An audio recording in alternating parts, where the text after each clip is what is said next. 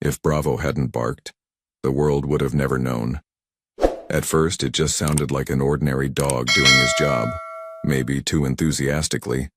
But when the barking turned into howling, scratching, and then frantic pawing against a seemingly normal studio wall, something shifted in the air.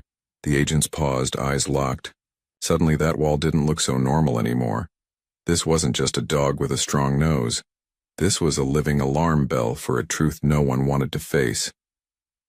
Federal agents from the Justice Department arrived at the sprawling mansion in Holmby Hills at exactly 7:12 a.m. with one goal: sweep the premises quietly and thoroughly.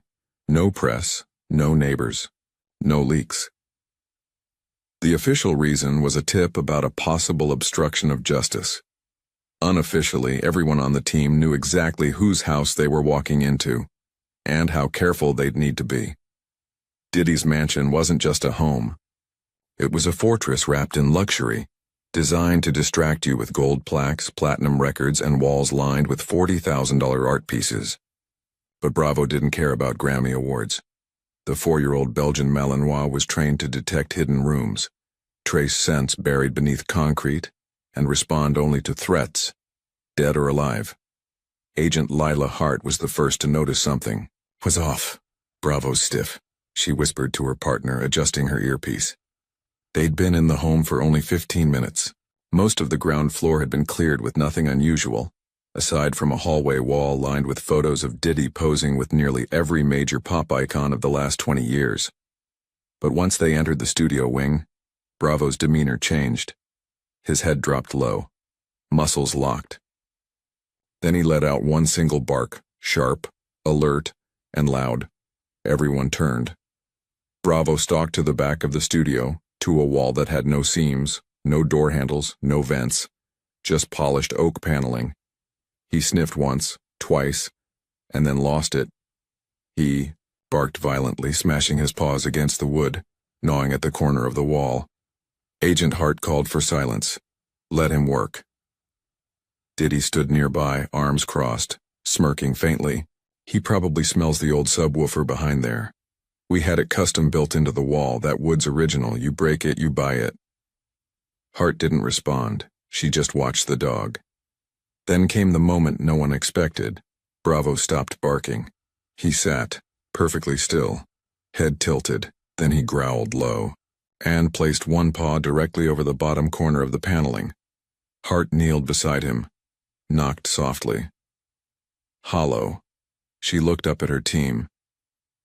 This wall isn't solid. Across the room, one of the junior agents looked nervously at their search warrant. It doesn't specify alterations to structural interiors. Then call it in, Hart said. Because if that dog's right, we're not just dealing with music memorabilia here.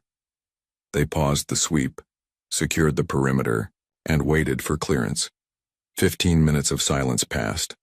Bravo remained posted at the wall like a soldier at attention, but in the middle of the tension something else happened. A click. A barely audible sound came from behind the panel. Not a bark this time, but a soft whimper from Bravo. Like he'd heard something no one else did. Hart reached for her service radio.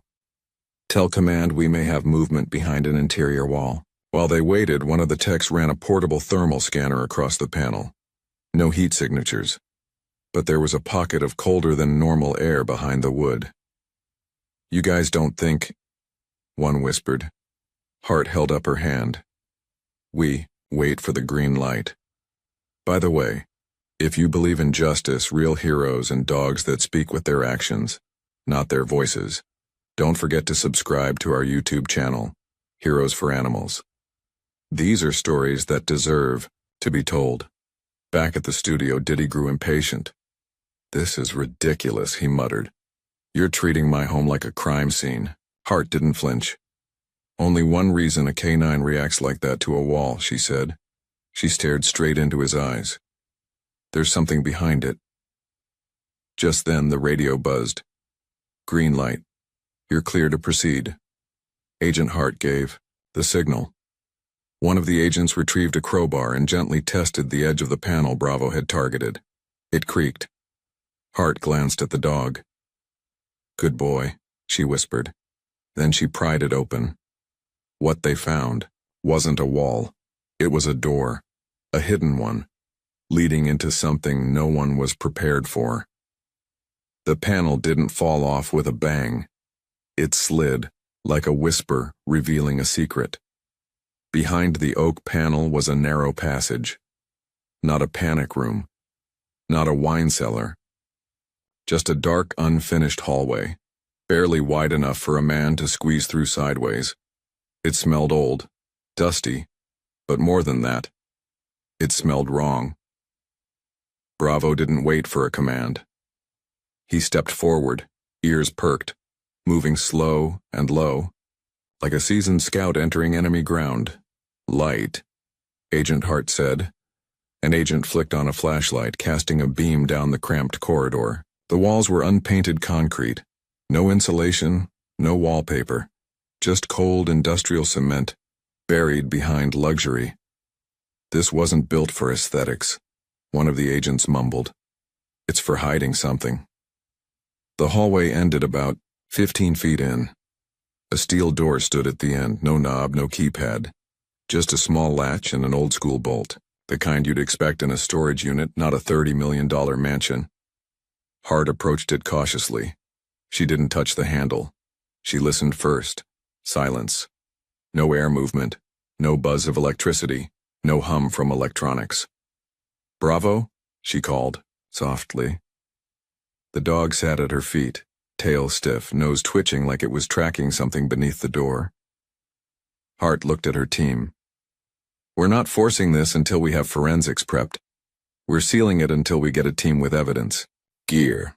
The agents backed out of the hallway, replaced the oak panel just enough to keep the structure secure, then cordoned off the entire wing of the house. Diddy hadn't spoken a word in 15 minutes. But when Hart stepped back into the main room, he smiled. "You done playing haunted house, Agent?" Hart didn't blink. "We'll be back tomorrow with another warrant. For now, we're locking that part of the house under federal seal." Diddy raised an eyebrow. "Hope you brought a good case, because you just made headlines." The FBI's forensic team returned the next morning at 6 a.m. sharp. This time, Bravo stayed outside. His job was done. What came next was science. Crime scene techs suited up, laid down tarps, and carefully pried the panel away. The hidden hallway was just as they left it, but the air smelled different now. Not mustier, sweeter, like something had been moved. Inside the steel door was a tiny room, maybe 8 by 8 feet. Concrete floor, unfinished walls. No furniture, except a plastic folding chair tipped over in the corner, and a metal cart with wheels covered in dust. There was also a camcorder. Mid-2000s model, the kind you had to charge in a wall outlet and eject tapes from. It was plugged into nothing, but it sat neatly on the cart, lens facing the center of the room. The tripod it had once stood on was snapped, leaning against the back wall, and next to it, under a heavy tarp, were several small boxes. Agent Hart peeled off a glove and opened the first one. Inside were 6 mini-DV tapes, labeled in thin marker with only dates, Kien 7 2009 2 204206 and each tape was stored in its own plastic case, wrapped tight with painter's tape, like someone wanted to keep them sealed forever. Another agent opened the second box. It held a stack of printed photos partially water-damaged and 3 cell phones, models phased out long ago. "Someone didn't want these found," he whispered. "No," Hart said, staring into the camcorder's dead lens. "They were saving them, for leverage, or for control." By the end of the day, the FBI had transported all items to a secure digital forensic lab. But news doesn't wait. Within hours, word had leaked. Hidden room found inside celebrity home. Evidence seized by federal agents. Reddit exploded. Twitter trends lit up. Diddy's PR team denied everything. The official statement read, "There is no such hidden room in Mr. Combs's residence. The authorities are free to conduct whatever inspection they believe appropriate. Mr. Combs maintains full cooperation." But the internet had already turned. They weren't asking if the room existed. They were asking what had happened in it. 3 days later, an FBI digital analyst discovered something buried in one of the phones. It was a voice memo. Only 6 seconds long. Scratchy, muffled, but clear enough. A girl's voice. Shaky. Barely above a whisper. Please. I didn't agree to this, please, and then silence. No name, no timestamp. But the file's metadata said the recording was saved on March 3, 2016, the same date listed on one of the mini DV tapes. Hart requested expedited review of the tapes. They brought in specialists with high-sensitivity playback tools. The first tape contained nothing, static, muffled music, and someone adjusting lighting equipment. But on the second tape, the 2009 one, something clicked. The video was dim, but it clearly showed the same tiny room, same plastic chair, same metal cart. A woman sat in the corner covering her face. The footage was brief, 12 minutes. But the tone was undeniable. The woman wasn't performing. She wasn't smiling. She wasn't aware she was being recorded. Hart had to pause the video 3 times. Her hands were shaking too hard to keep the stylus steady. Meanwhile, Bravo, America's new favorite hero, was already becoming a viral symbol. Photos of the Belgian Malinois sitting outside the mansion hit every newsfeed. Fan art popped up on Instagram. Memes circulated with captions like "This dog found more than the FBI ever could," and "Trust the bark." Late-night hosts joked that Bravo should testify to Congress. But inside the bureau, no one was laughing. This wasn't just a hidden room. It wasn't just about Diddy anymore. Because when they opened the third box, they found documents with initials. Some signed, some blacked out. And those initials weren't all his. This was bigger. Back at her office, Hart pinned a photo of Bravo on her corkboard. Not out of sentiment, but as a reminder that instincts, even from a dog, matter. That sometimes the truth doesn't knock. Sometimes it barks. It didn't start with a headline. It started with a whisper. An anonymous message sent to a journalist's encrypted inbox. No name, no sender, just one line. I saw that room. I was in it. Attached was a grainy image, a photo of the plastic chair inside the hidden room. Same concrete walls, same tarp-covered boxes, same dread. When the journalist freelancer Kendra Lowell published her findings, the internet lost its mind. She didn't name names, but she didn't need to. The imagery spoke louder than any byline ever could. Within hours, 3 more anonymous tips poured in. All women, all different. All with stories that shared too many similarities to ignore. Agent Lila Hart read them one by one at her desk in the LA field office. Her eyes narrowed as the patterns started to form. Same dates. Same tour stops, same studio invitations. And most haunting of all, each woman described a single red light bulb hanging from the ceiling right above the chair. One of them wrote, "I remember thinking, why would a billionaire use such a cheap light bulb?" And another, he said, "It was for aesthetic. I think it was to make me forget time." By the end of the week, the Justice Department opened a formal multi-victim inquiry. The investigation that started with one canine barking at a wall had grown into something much darker. But Diddy didn't go quiet. He pushed back hard. Social media denials, legal threats, a high-powered press conference standing in front of his home with his lawyer, claiming he was being targeted by opportunists. Still, none of it worked, because public opinion had found its voice, and oddly enough, its hero, in the form of a 4-legged officer named Bravo. CNN ran a special called "The Dog Who Knew." Schools invited Bravo and his handler to speak to students about bravery and trust. A 10-year-old girl from Missouri mailed a hand-drawn portrait of Bravo with the words, "Thank you for listening when no one else did." Even the FBI, normally tight-lipped, issued a rare public statement. Without the instinctive alert of our K9 partner Bravo, Key evidence may have remained hidden. This case is a reminder that no detail is too small. But inside the Bureau, things weren't about medals or media. They were about momentum. Because just when it looked like things were stalling, something broke open. One of the tapes recovered from the hidden room, previously labeled as unreadable, was restored by digital. Forensics in Quantico. It wasn't a video. It was audio over black screen, an interview of sorts. A male voice. Calm, controlled, asking questions, and a female voice. Trembling, hesitant, sometimes crying. She never said her full name. But she did say this. He said if I ever told anyone, no one would believe me. That I'd be the one dragged through the mud. I believed him. Until now. There was no visual ID. But the cadence. The voice. Agent Hart knew exactly who it was.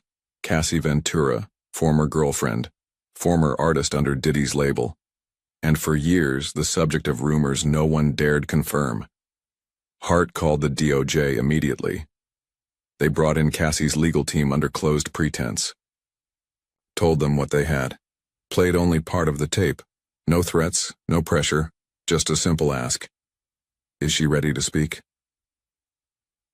2 days later, Cassie stepped into the LA courthouse under protective escort. She didn't come in with makeup or PR.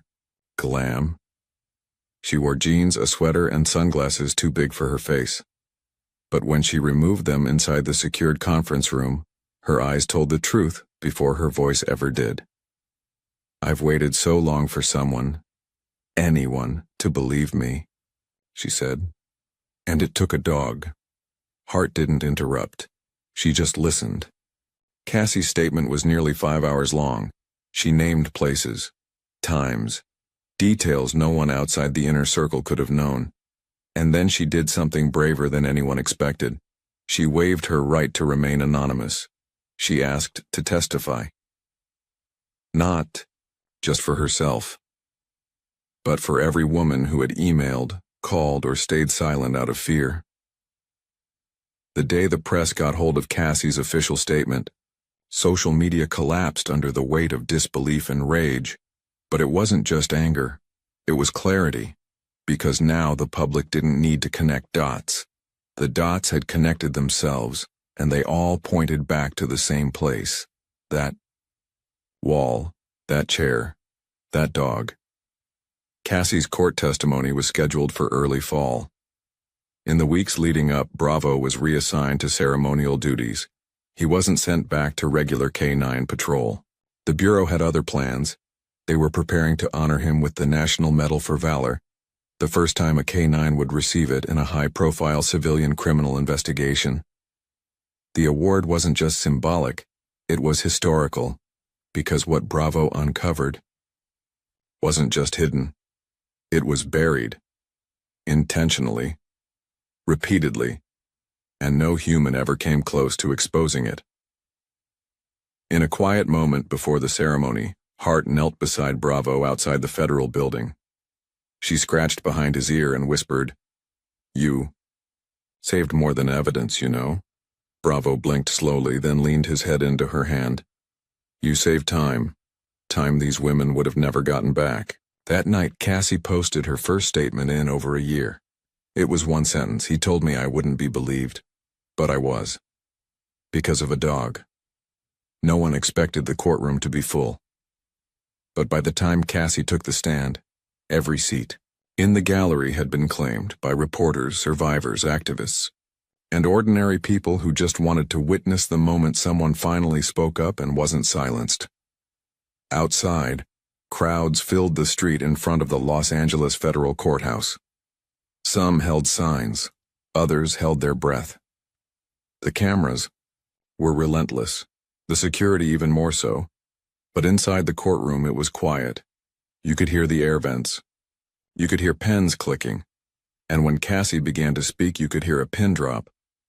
"I was 21 when I thought I had a dream job," she said. "I thought I was lucky, but I was just the next one." Her voice didn't crack. She wasn't there to cry. She was there to testify. She described in chilling detail the power imbalance, the isolation, the room. Yes, that room, the hidden space behind the studio wall, the red bulb, the folding chair, the recording equipment that no one was supposed to know existed, but now everyone did. She didn't name names out of malice. She named them because the truth demanded it. Producers, agents, celebrities who looked the other way, security staff who followed orders, staff who were paid extra to stay quiet. They told me it was just how things worked, Cassie said. They said no one would believe me, that I'd lose everything. She paused. And for a long time they were right. But now the room wasn't hidden. The tapes weren't erased. And thanks to a barking dog named Bravo, the people who once whispered were beginning to shout.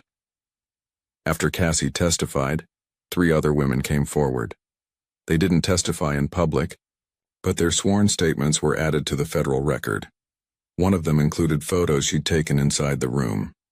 The same chair, the same cart, even the same red bulb, dimly glowing behind her in a mirror reflection. The images were printed and presented in court. When the jury saw them, a few members visibly recoiled. You didn't need a forensic degree to know what they were looking at. You just needed to be human. The defense tried to push back. They argued it was all circumstantial. They questioned the authenticity of the tapes. They suggested Bravo's reaction was likely a false alert due to aging wood or rodent scent. But Agent Lila Hart wasn't having it. On the 3rd day, she took the stand with composure and clarity. We train these dogs to detect live scent, chemical trace, and structural voids. Bravo had no reason to react unless something had been hidden. She paused, then looked straight at the defense attorney. And something was. Then came the moment that changed the tone of the entire trial. The prosecution introduced a 6th mini-DV tape, one that hadn't been processed until now due to its physical damage. It had been partially restored with the help of digital recovery specialists. What they found was audio, not of a victim, of a conversation between Diddy and one of his security aides. The voices were low, but distinguishable. No one can find that room. We'll board it up before the next shoot. And the tapes? They stay. Insurance. In case she turns. Then static. But the courtroom had already heard enough. After that, no one questioned the legitimacy of the case. No one rolled their eyes. No one talked about clout chasers or cancel culture, because it wasn't about that anymore. It was about victims who'd been silenced. It was about evidence that had been buried. It was about a room that was never supposed to be found. Until a dog tore the silence wide open. Outside the courthouse, the crowd began chanting Bravo's name. Bravo, bravo, bravo. Children held stuffed German shepherds with police vests. News outlets dubbed him the dog who brought down the empire. Inside the bureau, Bravo's handler, Officer Jake Morales, spoke to a panel of law enforcement at a national K9 summit in D.C. I've worked with a lot of dogs, he said. But Bravo, he's different. He doesn't just track scent. He tracks wrongness. I've seen it. The audience gave him a standing ovation. He didn't cry until later, back in the hotel room, when Bravo curled up next to his bed and nudged his hand. I know, buddy, Jake whispered. You did good. Back in Los Angeles, the prosecution rested its case after 9 days. 9 days of stories, confessions, footage, and silence breaking in real time. The defense rested on the 10th. Brief, hollow, their strategy shattered under the weight of public truth. The jury deliberated for 3 days. On the 4th, the verdict was in. The courtroom filled again. So did the hallway, the street, the internet. And when the foreman stood up and read the word guilty, the room erupted. Cassie cried. Her lawyer hugged her. Agent Hart exhaled the breath she'd been holding for months. Diddy didn't speak. He didn't look at the jury. He just stared at the table, jaw clenched, as if silence could shield him now. It couldn't. Later that evening, Cassie posted a second message on social media. Justice doesn't erase pain, but it ends permission. The post went viral in minutes. Thousands of women commented. So, did teachers, nurses, fans, mothers, other artists, and they all repeated the same line. Because of Bravo. At a special press event hosted by the DOJ, Bravo was presented with a custom medal, a lifetime care grant, and a special commendation for exceptional service in uncovering evidence critical to the prosecution of a federal case. He didn't wag his tail during the ceremony, but afterward, as Jake opened the back of the SUV and Bravo jumped in, he finally barked once. Just once. And somehow, it sounded like closure. They thought it would end at the verdict. Justice delivered. Headlines made. A powerful man held accountable. But truth has a strange way of echoing, especially when it's been buried for so long. And in this case, the echo didn't stop. It grew. The day after the guilty verdict, a wave of calls began flooding hotlines set up by the Department of Justice. Anonymous tips, confessions, questions. Survivors asking if what happened to them might now be believed. Some described the same room. Others, different places. Hotels, buses, private studios. Places with the same red bulb, the same eerie silence, the same feeling of being erased. It wasn't just a trial anymore. It had become a reckoning. Meanwhile, Bravo became a national symbol, not by design but by sheer instinct. He didn't do interviews. He didn't pose for press photos. But his image was everywhere. Children in classrooms were taught about his work. Artists painted murals. One mural in Brooklyn showed Bravo, standing beside a broken wall, a beam of light spilling through a dark crack. Below it, the words, "Sometimes justice has 4 legs." Cassie kept her distance from the spotlight. She didn't attend rallies. She didn't grant interviews. But she watched. She watched as strangers held signs with her name, not as a symbol of fame, but of survival. One morning she opened a handwritten letter that had been forwarded from her attorney's office. It was from a woman in Iowa, 56 years old. "I never thought I'd speak about what happened to me when I was 23. But because you did, I finally told my daughter." Cassie cried for the first time in weeks, not because of pain, because the silence she'd carried wasn't hers alone, and now it wasn't hers to carry anymore. In Washington, lawmakers began calling for legislative reform, stricter protections for victims of abuse within the entertainment industry, and clearer whistleblower protections for artists, assistants, and dancers. A senator from New Jersey introduced what would soon be known as the Bravo Act, proposing federal funding for K-9, training in domestic crimes and survivor-led investigations. The bill wasn't just symbolic, it was built on something real.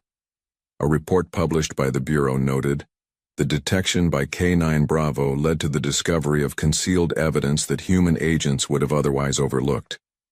It wasn't hype. It was fact. Officer Jake Morales, Bravo's handler, was suddenly in demand. News shows wanted him. Book agents called. Documentary producers knocked. He turned all of them down. "I'm not the story," he told a reporter. "Bravo's not even the story. The people who were hurt, they're the story." Still, he agreed to one event, a small Q&A at a local elementary school in West Covina.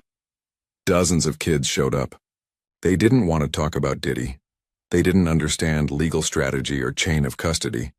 They just wanted to meet the dog who barked until someone listened. A little girl in the front row asked, "How did he know something was behind the wall?" Jake knelt beside Bravo, who sat proudly in front of the group. "He felt it," Jake said.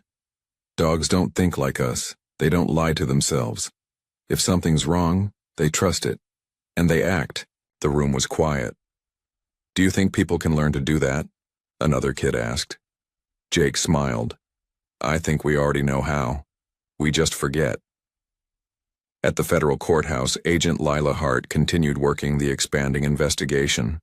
New names were emerging, new locations, more footage, more survivors. Each case would need time, patience, care. But this time, she knew one thing for certain. They were listening now. Bravo was officially retired from active duty by the end of the month. His work was done, his instincts unmatched, and his role now a legend within the Bureau. He was granted full lifetime care, a private handler's home, and an honorary designation, Service Dog Emeritus. Jake took him home that night and made a mistake. Medium rare. Bravo didn't bark, didn't wag. He just ate slowly, peacefully, like a soldier whose mission was finally over. That same week, Bravo received a letter, not email, not social media, physical envelope addressed to. The dog that spoke inside was a simple card. I don't have the words to thank you, but you gave me the courage to speak. I never told anyone what happened in 2014, but I will now. It wasn't signed, but it didn't need to be. The story faded from the news cycles eventually, as all things do. Another scandal, another trial, another week in America. But in quiet corners, in group therapy circles, in safe houses and recovery centers, the story lived on. It lived in whispered strength, in late-night phone calls, in open letters, in survivor poems, in the way someone finally said, I believe you, and meant it. Cassie eventually moved to upstate New York, bought a house surrounded by trees, no cameras, no interviews, but every now and then, she'd take a walk down to the water with her headphones on, Bravo's face on a patch stitched into her jacket sleeve. Not for show, for memory. In a national poll conducted 6 months after the trial, over 80% of Americans said they believed dogs should be trained and utilized in investigations of hidden trauma-related evidence. One respondent wrote, I used to think a barking dog was just noise. Now I know it might be truth trying to get out. And back in Los Angeles, where it all began, a bronze statue was installed in front of the FBI's field office, a life-sized rendering of Bravo. Eyes alert, body ready, standing in front of a cracked wall. At the base, one line carved into stone, he didn't bark for noise. He barked for the truth. 1 year later, the house still stood. The mansion in Holmby Hills hadn't been torn down. No wrecking ball, no caution tape, just an eerie quiet that made neighbors drive by a little slower. The oak panel wall? Gone. Ripped out, exposed, cataloged by the FBI and preserved in digital archives as evidence. But the real legacy of that room, the hidden hallway, the buried tapes, the things no one was ever supposed to find, wasn't in any report. It was in the aftermath. Agent Lila Hart still thought about it sometimes. How it all started with a bark. Not a scream. Not a whistleblower. A bark. She'd been in federal law enforcement for over 15 years. She'd cracked high-profile fraud rings, taken down traffickers, even helped on cybercrime cases. But nothing changed her life like the day Bravo pawed at that wall. That sound. That tension in the air. That dog who refused to be ignored. She carried a photo of him in her badge wallet now. Not for sentiment, but for grounding. Every time someone in uniform told her, it's probably nothing, she'd flip it open and remember what nothing had uncovered. Bravo was officially retired, living with Jake Morales and his 2 kids in a modest home near Pasadena. No alarms, no sirens, just the quiet kind of life heroes rarely get, but absolutely deserve. Every Saturday, Jake took him for a walk through the Arroyo Seco Trail. People still recognized them. Some waved, others just stared in awe. But Bravo didn't care. He wasn't here for fame. One morning, a jogger stopped and asked if she could pet him. Jake nodded. Just the top of the head. He's a little sensitive around the muzzle. The woman crouched down, gently scratched Bravo's ears, and said, "Something Jake would never forget. My daughter spoke up because of him." Jake didn't say a word. He couldn't. Cassie, now living upstate with a view of the Catskills, had started writing. Not for a publisher, not for the press, for herself. It was therapy, rebuilding her voice sentence by sentence. Her laptop was filled with unshared stories, journal entries, and letters she never planned to send. But there was one she printed, framed, hung in her hallway, a single line from a fan who had messaged her after the trial. "You didn't bark, but you roared." The entertainment industry took longer to change, as industries often do, but the ripples were real. Studios began installing anonymous grievance hotlines. Contracts were rewritten with psychological safety clauses. Security companies began canine training expansions, looking beyond narcotics and explosives and toward intuition. That undefinable sense that something just isn't right. It wasn't about making dogs into superheroes. It was about never again ignoring the quiet signals that something is deeply, deeply wrong. In schools across the country, teachers began using Bravo's story in classroom discussions about courage and speaking up. "Sometimes the people around you won't see it," one teacher in Portland told her fifth-grade class. "But that doesn't mean you're imagining things. Sometimes it takes one voice or one bark to wake everyone else up." The DOJ released a final debrief report on the case in December. It was detailed, thorough, clinical, but it ended with an unexpected paragraph. "This case serves as a reminder that justice is often unlocked by the smallest signs, the instincts we too quickly dismiss, and the voices, human or not, that refuse to be silenced. Canine Bravo was not the hero because he barked. He was the hero because we finally listened." On Bravo's last official public appearance, he wore a custom canine vest with no patches, just a single stitched phrase, "Trust your gut," Jake joked. That Bravo probably would have preferred a chew toy, but deep down he knew the message wasn't for the dog. It was for everyone else. At a private memorial in Los Angeles for one of the survivors, who had passed from unrelated causes, Cassie stood and gave a short eulogy. No press, no microphones, just friends, family, and people who understood pain without needing it explained. "I used to believe strength meant silence," she said. "That if I held everything in, I'd win. But now I know. Strength is telling the truth, even when your voice shakes." She looked out at the small group, many with tears in their eyes, a few holding hands, a couple sitting alone but not lonely.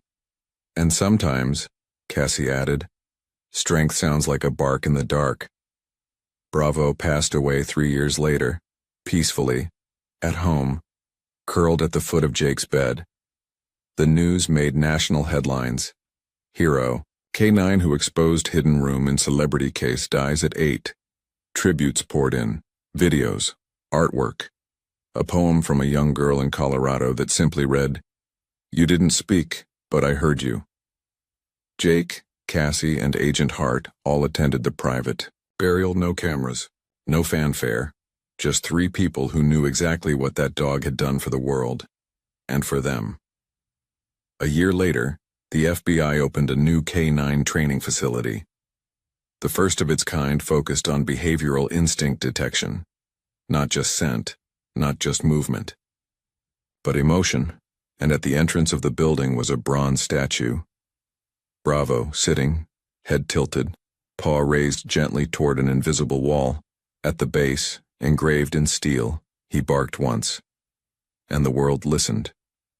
We live in a world that moves fast, one that often rewards silence and punishes disruption. But sometimes the bravest thing you can do is stop. Look. Listen. Whether it's a friend acting strange, a child going quiet, or a gut feeling you can't explain, trust the bark. Not every wall is meant to stand, and not every truth is loud. Have you ever ignored a feeling that something was wrong, only to wish you had spoken up? What would change in the world if we all learned to listen the way Bravo did?